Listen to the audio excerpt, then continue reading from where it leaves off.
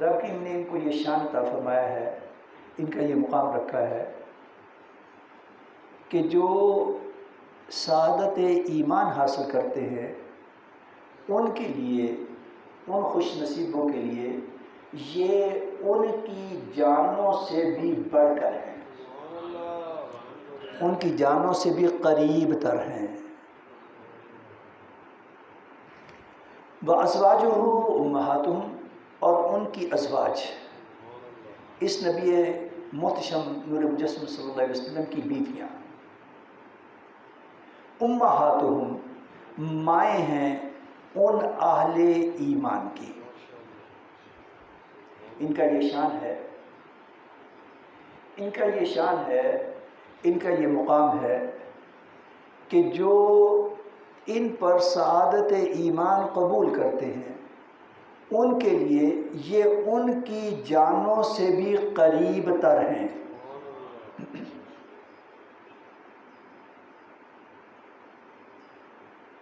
دوسرے انداز میں کہ یہ ان کی جانوں سے بھی بڑھ کر ہیں، ان کے لیے ان کی جانوں سے زیادہ قیمتی، ان کی جانوں سے زیادہ اہم،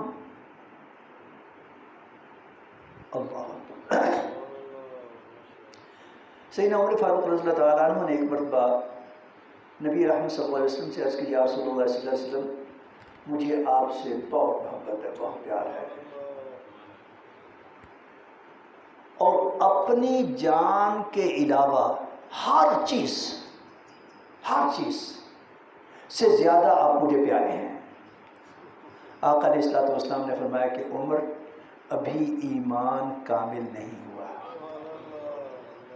وہ کیسے ہوگا کہ جب محمد رسول اللہ صلی اللہ علیہ وسلم کی ذات والا صفات جان سے بھی بڑھ کر عزیز ہوگی۔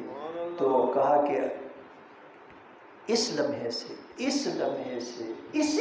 سے آپ مجھے اپنی جان سے بھی عزیز ہیں۔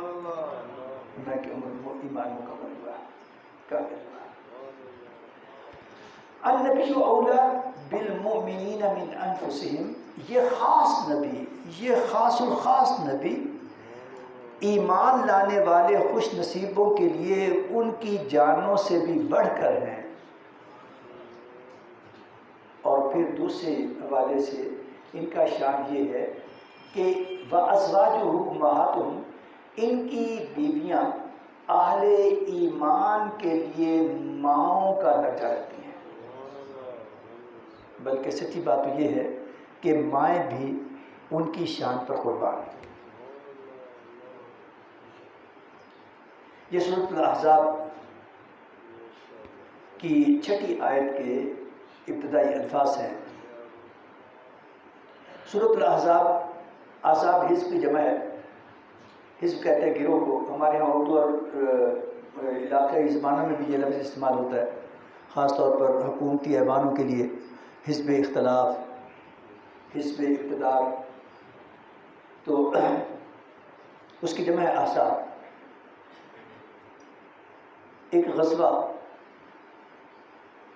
جس کا ایک نام غزوہ خندق ہے، اس کا دوسرا نام غزوہ احزاب ہے۔ غزوہ احزاب اسے اس لیے کہتے ہیں کہ اس جنگ میں جو بڑی بڑی جنگوں میں، غزوہ بدر، غزوہ احد کے بعد ہوئی غزوہ احزاب، اس جنگ میں مشرکین اور یہود، مشرکوں اور یہودیوں نے مل کر، کافروں اور یہودیوں نے مل کر پورے عرب میں مختلف گروہوں کو، مختلف قبیلوں کو نبی اکرم صلی اللہ علیہ وسلم اور ان کے نام لیواؤں کے خلاف اکٹھا کیا۔ تو یہ مختلف قبیلے تھے، مختلف لشکر تھے، مختلف گروہ تھے، جس کی وجہ سے اس کا ایک نام غزوہ احزاب ہوا۔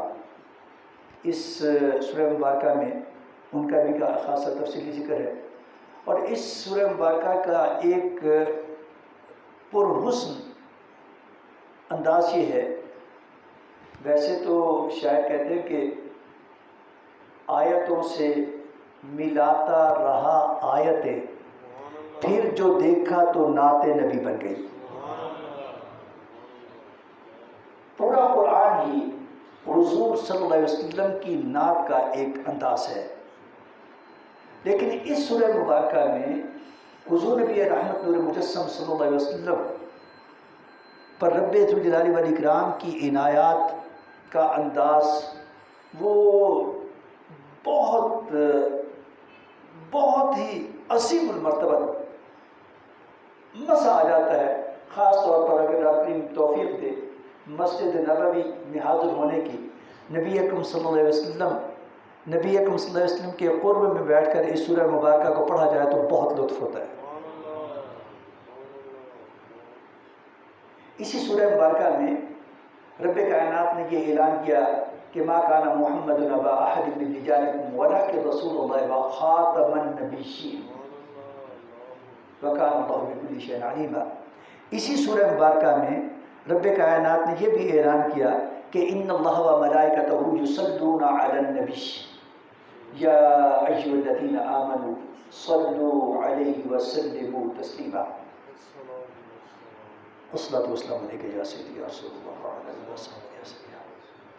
اسی سورہ مبارکہ میں نبی اکرم صلی اللہ علیہ وسلم کے مختلف القابات رب کریم نے اپنی شان کے لائق بیان فرمائے، یا ایھا النبی انا ارسلناک شاہدا ومبشرا ونذیرا وداعیا الی اللہ باذنہ وسراجا منیرا وبشر المؤمنین بان لهم من اللہ فضلا کبیرا۔ تو اس میں حضور نبی رحمت صلی اللہ علیہ وسلم کی نعت کا ایک بہت بڑا ایک جو ہے نا اللہ تبارک و تعالی کی شان کا اظہار ہے، اور اس کے آخری حصے میں یہ اعلان کیا کہ من یطع اللہ ورسولہ فقد فاز فوزا عظیما، جس کسی نے اللہ رب الکریم کے حکم کے ساتھ ساتھ نبی اکرم صلی اللہ علیہ وسلم کا اتباع کیا، اس کے لیے عظیم الشان کامیابی ہے۔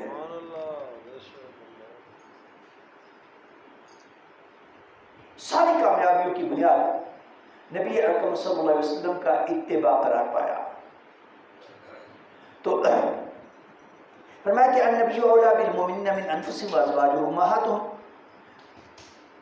اے قرآن کے پڑھنے سننے والو، یاد رکھو کہ یہ خاص نبی اہل ایمان کے لیے ان کی جانوں سے بھی قریب تر ہیں، یا ان کی جانوں سے بھی بڑھ کر ہیں۔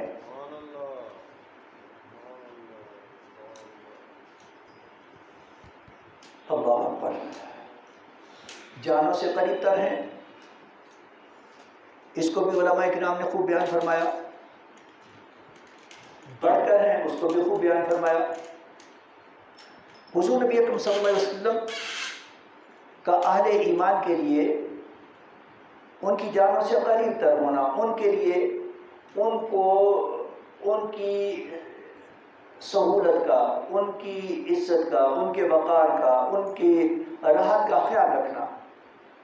نبی رحمت صلی اللہ علیہ وسلم کی بہت ساری احادیث ہیں جس میں آقا علیہ الصلوۃ والسلام نے اس نوعیت کا اظہار فرمایا کہ میرا جی چاہا کہ میں اس چیز کو اپنی امت کے لیے لازم قرار دے دوں، مگر میں نے ان کی سہولت کی خاطر اس کو ترک کر دیا۔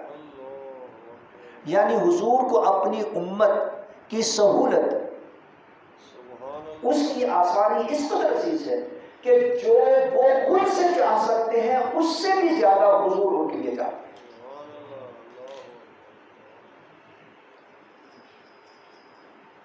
نبی اکرم صلی اللہ علیہ وسلم نے تہجد کو اپنے اوپر لازم قرار دے رکھا تھا، لیکن امت کے لیے اس کو لازم قرار نہیں دیا تھا۔ نبی اکرم صلی اللہ علیہ وسلم نے ساری زندگی فرض زکوٰۃ ادا نہیں فرمائی، لیکن امت کے لیے اس کو لازم قرار نہیں دیا۔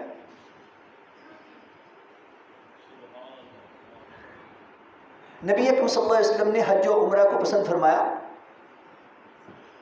جب آپ نے فرضیت حج کی بات کی تو ایک صحابی نے عرض کی، یا رسول اللہ صلی اللہ علیہ وسلم کیا حج ہر سال فرض ہے؟ آپ نے خاموشی اختیار فرمائی، دوسری مرتبہ عرض کیا، تیسری مرتبہ فرمایا کہ اگر میں کہہ دیتا کہ ہاں تو امت کے لیے مشکل ہو جاتا. یہ ترغیب دی کہ جسے رب کریم توفیق دے وہ زیادہ سے زیادہ حج و عمرہ کرے. دعا کریں کہ اللہ تبارک و تعالیٰ حج و عمرہ کے مواقع پوری امت کے لیے عام کر دے اور ہمیں بار بار اس سعادت عظمیٰ سے بہرہ مند فرمائے. نبی اکرم صلی اللہ علیہ وسلم نے بار بار ترغیب کی. آپ نے کوئی پابندیاں نہیں لگائی، نہ عمر کی پابندی لگائی، نہ علاقے کی پابندی لگائی،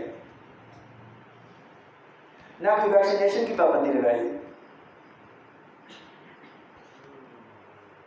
نبی رحمت صلی اللہ علیہ وسلم نے بلکہ یہاں تک فرمایا، ایک حدیث مبارکہ کا مفہوم ہے کہ اگر کوئی شخص مالی تنگی کا شکار ہو تو اسے چاہیے کہ کثرت کے ساتھ عمرہ پرفارم کرے. اللہ تبارک و تعالیٰ اس کے لیے کچھ آدمی کر دے گا.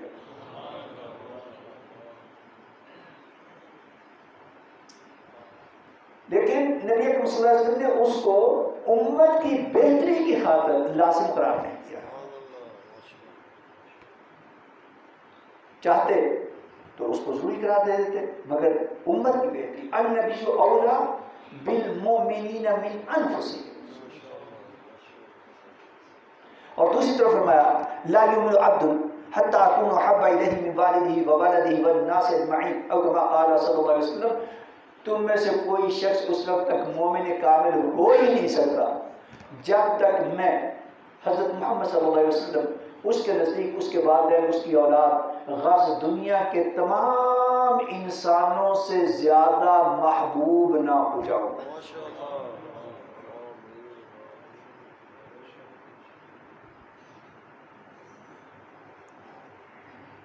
حضور نبی اکرم صلی اللہ علیہ وسلم رحمت للعالمین ہے اور اہل ایمان کے لیے رحمت خاص ہے. اہل ایمان کے لیے رحمت خاص ہے.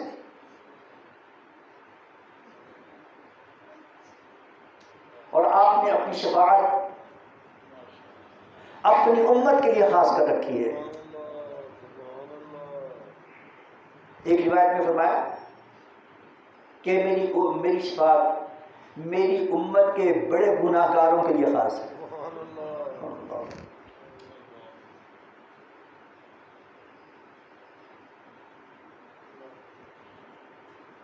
ہاں،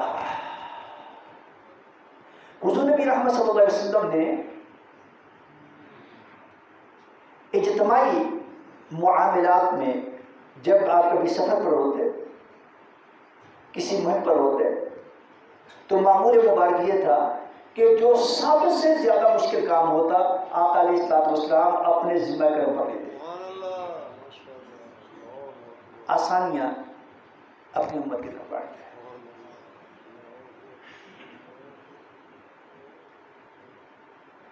اسی غزوہ احزاب، اسی جس کے حوالے سے یہ سورہ مقدسہ ہے، اسی احزاب کے حوالے سے، غزوہ احزاب کے حوالے سے معلوم بات ہے کہ جب ایک صحابی نے اپنی شدت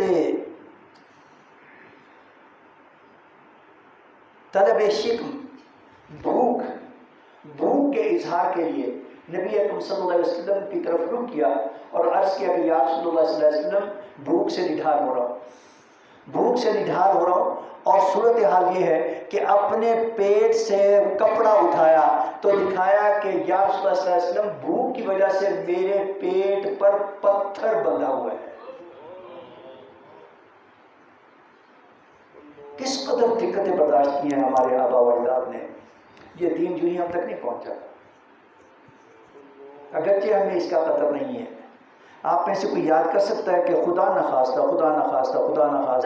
کبھی زندگی میں یہ نوبت آئی ہو؟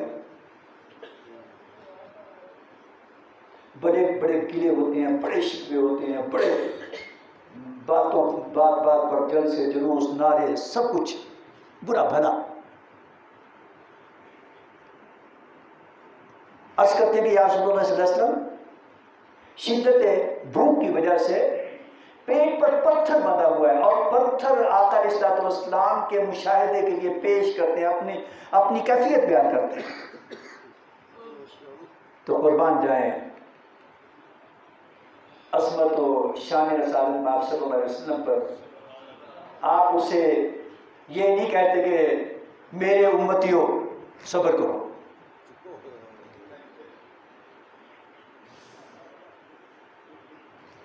اس کو کوئی تقریر نہیں سناتے۔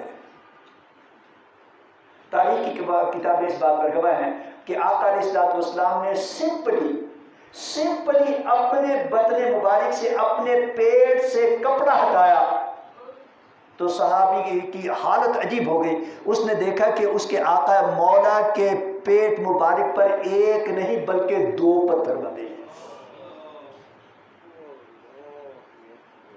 النبی اولا بالمؤمنین من انفسہم، یہ خاص نبی اپنے امتیوں کے لیے، اپنے نام لیواؤں کے لیے، اپنے ایمان والوں کے لیے ان کی جانوں سے بھی بڑھ کر ہے، اس سے بھی قریب تر ان کا خیال رکھنے والے ہیں۔ اور پھر اگر حضرت عبداللہ ابن جابر رضی اللہ تعالی عنہ، جن کا گھر قریب ہی تھا، ان کے گھر کی جگہ پر ابھی بھی کچھ عرصہ پہلے تک، 10 ماہ پہلے تک تو مسجد ایک موجود تھی، جہاں پر عمومی لوگوں کو بھی نماز پڑھنے کی اجازت تھی۔ وہاں پر اپنی اہلیہ کے پاس گئے اور جا کر نبی اکرم صلی اللہ علیہ وسلم کی کیفیت بیان کی، اور عرض کہ میں نے حضور صلی اللہ علیہ وسلم کو جس حال میں دیکھا ہے، اور میری حالت بڑی عجیب ہو گئی ہے، کیا کچھ ایسا ہو سکتا ہے کہ فوری طور پر بارگاہ نبوی کے لیے ہم کچھ پیش کر سکیں؟ انہوں نے بتایا کہ کچھ تھوڑے سے جو پڑے، میں کوشش کر کے جلدی سے ان کا آٹا بنا کر روٹی بناتی ہوں، تو اتنی دیر میں بکری کا ایک بچہ جو گھر پہ اس کا ذبح کر دو، اس کا گوشت بناتی ہوں، اور آپ جا کر انہیں بلانا ہو، زیادہ دیر نہ ہو۔ وہ گئے چپکے سے جا کر عرض کیا ہے آہستہ سے، یا رسول اللہ صلی اللہ علیہ وسلم، چند آپ کے رفقاء کے لیے گھر میں اہتمام کی سعادت حاصل کر رہا ہوں، کرم نوازی فرمائیں، تو چند ایک دوستوں کے ساتھ تشریف لے آئیں۔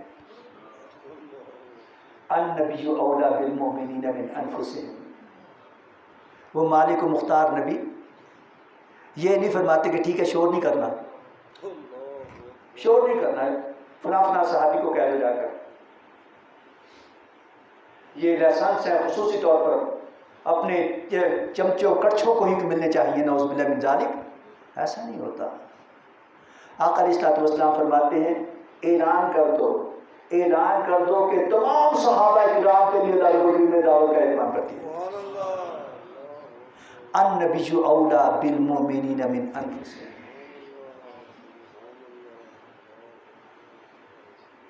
اسی غزوہ میں جب ایک وقت پر ایک سخت چٹان، نبی اکرم صلی اللہ علیہ وسلم نے مختلف صحابہ کرام کے گروپس بنائے تھے، اس میں ایک خندق کھودی گئی تھی۔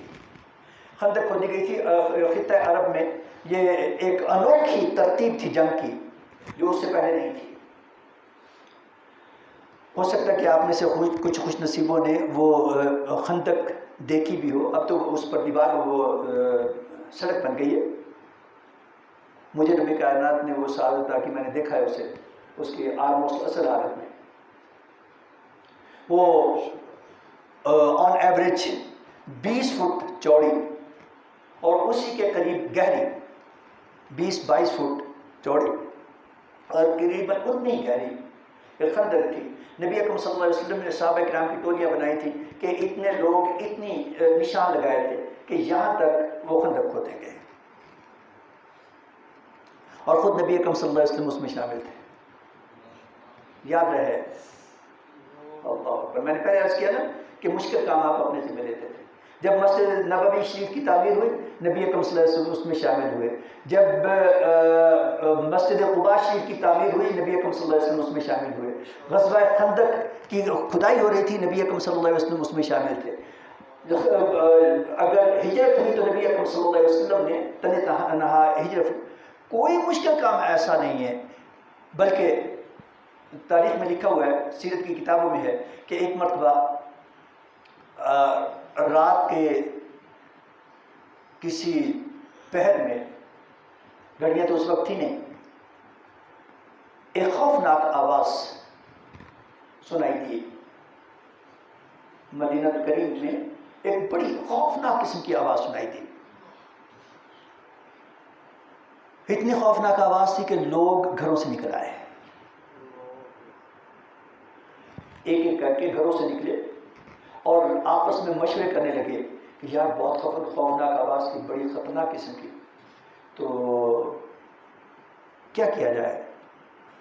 ایک آپس میں کچھ لوگوں کو متعین کیا گیا کہ جو زیادہ دلیر بہادر ہیں، ہمت والے نوجوان ہیں، وہ چند ایک جائیں جس سائڈ سے آواز آئی ہے نا اس سائڈ پر جا کر پتہ کریں کہ یہ خطرناک آواز کس چیز کی تھی.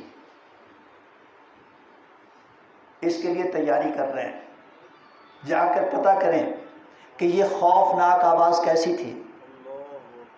ابھی ادھر کا رخ کر رہے ہیں، قدم ابھی اٹھنے کو ہیں کہ دیکھتے ہیں کہ اسی سائڈ سے آقا علیہ الصلوۃ والسلام تسلیم تشریف لا رہے ہیں. فرماتے ہیں کہ جا کر آرام سے سو جاؤ، میں نے تحقیق کر دی ہے، تمہارے لیے خطرے کی کوئی بات نہیں.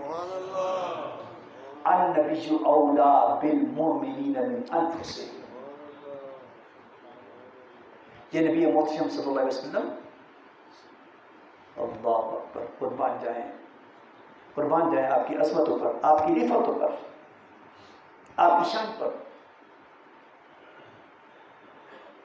ایک گروپ جو کھدائی کر رہے اس کے پاس ایک ایسی چٹان آ جاتی ہے کہ باوجود پوری کوشش کے سارے مل کر نہیں توڑ پاتے. صحابہ کرام کا معمول تھا کہ جب کوئی کام ان کے لیے ناقابل حل، ناقابل تصغیر ہو جاتا تو وہ نبی اکرم صلی اللہ علیہ وسلم کی بارگاہ میں حاضر ہو جاتے، یا رسول اللہ صلی اللہ علیہ وسلم ہم رہ گئے ہیں. اور آقا علیہ الصلوۃ والسلام فرمایا کہ وَأَمَّا السَّائِلَ فَلَا تَنْهَرْ. اے محبوب کریم علیہ الصلوۃ والتسلیم، آپ کے پاس جو بھی کوئی سائل آ گیا آپ نے انکار نہیں کرنا، اس کو جھڑکنا نہیں ہے. نبی اکرم صلی اللہ علیہ وسلم نے یہ نہیں فرمایا کہ اگر تم سے اتنے لوگوں سے مل کر وہ چٹانی ٹوٹی تو میں کیا کروں.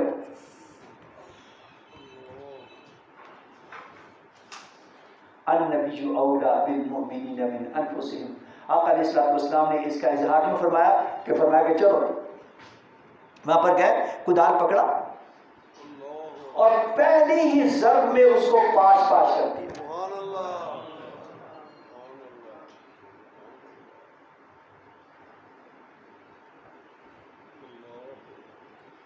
اور دوسری ضرب میں اس کے ٹکڑے بکھر گئے، تیسری ضرب میں وہ جیسے کہتے ہیں کہ نام و نشان مٹ گیا. اور ہر مرتبہ آپ نے خوشخبری سنائی، ہر مرتبہ آپ نے خوشخبری سنائی کہ مبارک ہو تمہیں کہ اللہ تبارک و تعالیٰ نے تمہارے لیے فتوحات کے دروازے کھول دیے ہیں. مزے کی بات یہ ہے کہ کسی ایک صحابی نے بھی اعتراض نہیں کیا کہ یا رسول اللہ صلی اللہ علیہ وسلم آپ ہمیں بیوقوف بنا لیں، نعوذ باللہ من ذالک، ہمیں کیا سمجھ رہے ہیں. ایک طرف حالت یہ ہے کہ ہم اپنے دفاع کے لیے خندقیں کھود رہے ہیں کہ ہم اپنا دفاع کر سکیں، دشمن سے بچا سکیں. آپ ہمیں شام کی وجہ سے خوشخبری سنا رہے ہیں. کسی ایک صحابی نے بھی ذرا سا تردد نہیں کیا، جیسا آقا علیہ الصلوۃ والسلام نے فرمایا انہوں نے ویسا ہی تسلیم کیا.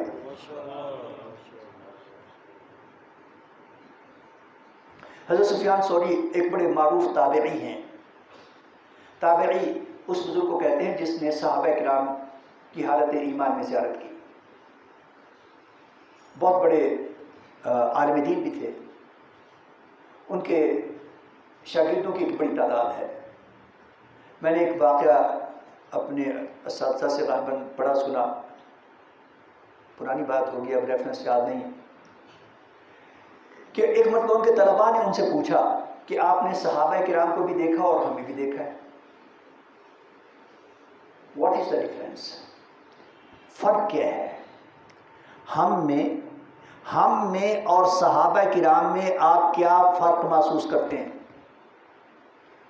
انہوں نے لمبی سی سانس کھینچی، پہلے تو تھوڑا سا تذبذب، انہوں نے جب اسٹارٹ کیا انہوں نے کہا تو پھر کان کھول کے سنو، اگر تم صحابہ کرام کو دیکھتے نا، وہ قرآن و سنت پر عمل کرنے میں جتنے حریص تھے، قرآن و سنت پر عمل کرنے کا ان کا جذبہ جیسا تھا، تم سمجھتے کہ یہ پاگل ہیں، یہ دیوانے ہیں۔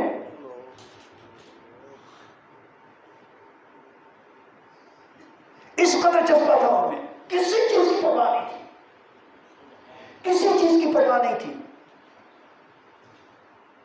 آپ کو پتہ ہے نا کہ اگر نبی اکرم صلی اللہ علیہ وسلم ترغیب دیتے ہیں کہ مال کی ضرورت ہے، تو خوش نصیب ایسے بھی ہیں جو پورے کے پورے گھر کا سامان حضرت ابوبکر صدیق کی صورت میں دے کر